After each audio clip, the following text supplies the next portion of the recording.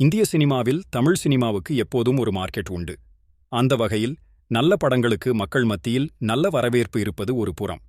100 கோடிகளை அசால்ட்டாக வசூல் செய்யும் படங்கள் ரிலீஸ் ஆவது ஒரு புறம் என ஆண்டுக்கு 200ல இருந்து 300 படங்கள் வரையிலும் கூட ரிலீஸ் ஆகிறது. இந்த நிலையில் என்ன படங்கள் இந்த வாரம் ரிலீஸ் ஆகப் போகிறது குறித்து பார்க்கலாம். போட் சிம்புதேவன் இயக்கத்தில் நடிகர் யோகி பாபு நடித்துள்ள படம் போட். இந்த படத்தின் ட்ரெய்லர் வெளியாகி மக்கள் மனதில் நல்ல வரவேற்பை பெற்ற நிலையில் வரும் ஆகஸ்ட் 8ஆம் தேதி போட் படம் வெளியாக உள்ளது. ட்ராமா லேர்ன் அண்ட் டீச் என்ற தயாரிப்பு நிறுவனம் இந்த படத்தை தயாரித்துள்ளது. இந்த படத்தை பாரி இளங்கோவன் இயக்கியும் நடித்தும் உள்ளார். இந்த படத்திற்கு இசைஞானி இளையராஜா இசை அமைத்துள்ளார்.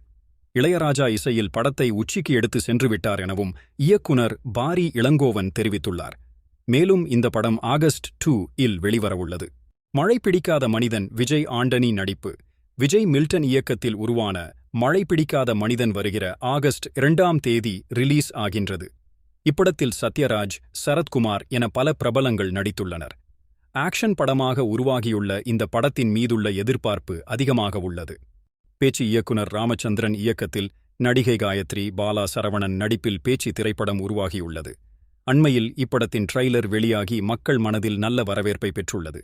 இந்த படம் வரும் ஆகஸ்ட் 2ஆம் தேதி ரிலீஸ் ஆக உள்ளது.